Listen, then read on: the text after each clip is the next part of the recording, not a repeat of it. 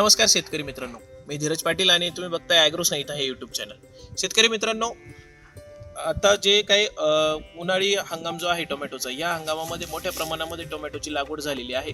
मार्च आणि मे महिन्यामध्ये जी काही टोमॅटोची लागवड होती, यामध्ये टेम्परेचर हे वाढतं असतं आणि ह्या वाढत्या टेम्परेचरमध्ये जे काय मल्चिंग पेपरच्या छिद्र्यामधून जी काय वाफ निर्माण होती व त्याच्यामुळे जे काय रोप मरतात, या समस्येवर आपण थोडंसं आज बोलणार आहोत. अगोदर हे का होतं त्याच्यावर थोडंसं डिस्कस करू. तर सगळ्यात पहिले याचं जे कारण आहे, तर जे काही नर्सरीमधून रोपं आपल्याला येतात, तर आपली बऱ्याच वेळा लेबर, लाईटीचं शेड्यूल, ह्या सगळ्यांचा विचार करता बऱ्याच वेळा आपली थोडीशी रोप घेण्यासाठी घाई झालेली असते. दुसरं, नर्सरीवाल्याला कधी कधी रोपांची बुकिंग जास्त प्रमाणात असते म्हणून रोपं फ्री करायचे असतात. तर ह्या दोन्ही गोष्टींमुळं काय होतं की चांगलं जे काय पूर्ण ज्याचं वय झालेलं आहे, साधारणतः आपल्याला जे पूर्ण वयाचं जे रोप लागतं ते आपण आणत नाही, पहिली गोष्ट. दुसरी गोष्ट, ते चांगल्या पद्धतीने हार्डनिंग झालेलं नसतं, हा सुद्धा प्रॉब्लेम असतो. म्हणजे रोप इतक्याही प्रमाणामध्ये हार्डनिंग होऊ शकत नाही की अगदीच ते त्या वाफेला प्रतिकार करू शकेल. मात्र जेवढं जास्तीत जास्त त्याची हार्डनिंग चांगली झालेली असेल, तेवढं ते त्या उष्णतेला प्रतिकार करू शकतं. त्यामुळे ह्या दोन गोष्टी जर आपण पाळल्या तर आपल्याला जास्तीत जास्त रोपं सांडण्याची गरज पडणार नाही.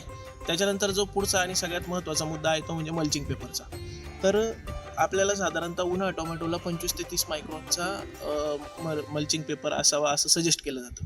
मात्र आपल्याला हाताने तो मल्चिंग पेपर लक्षात येत नाही तो नेमका किती मायक्रॉनचा आहे काय.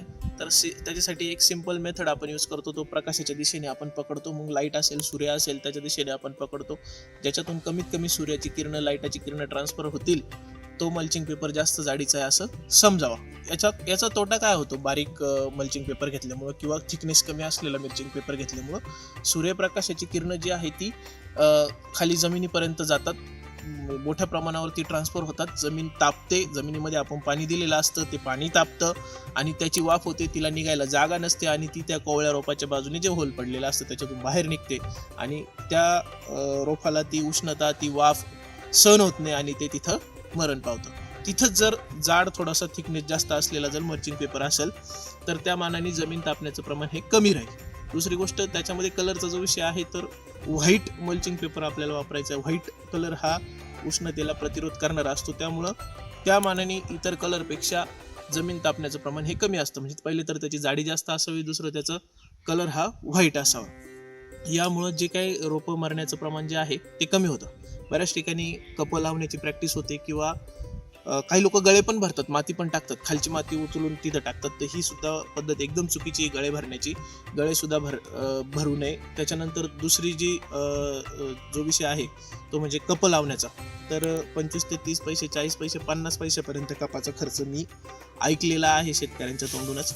तर हा खर्च काय आपल्याला, आपण जेव्हा मार्केटमध्ये माल सेल करायला जाणार आहे, आपला टोमॅटो विकायला जाणार आहे, त्यावेळेस आपण ते 25-50 पैसे काय वाढवा लावून आपण त्याला विकू शकत नाही. एखादा मॅन्युफॅक्चरर असेल, कोणी कंपनीवाला असेल, तो त्याच्या प्रोडक्टला जर खर्च केला तर ते 20-25 पैसे ग्राहकाला ॲड करून देतो.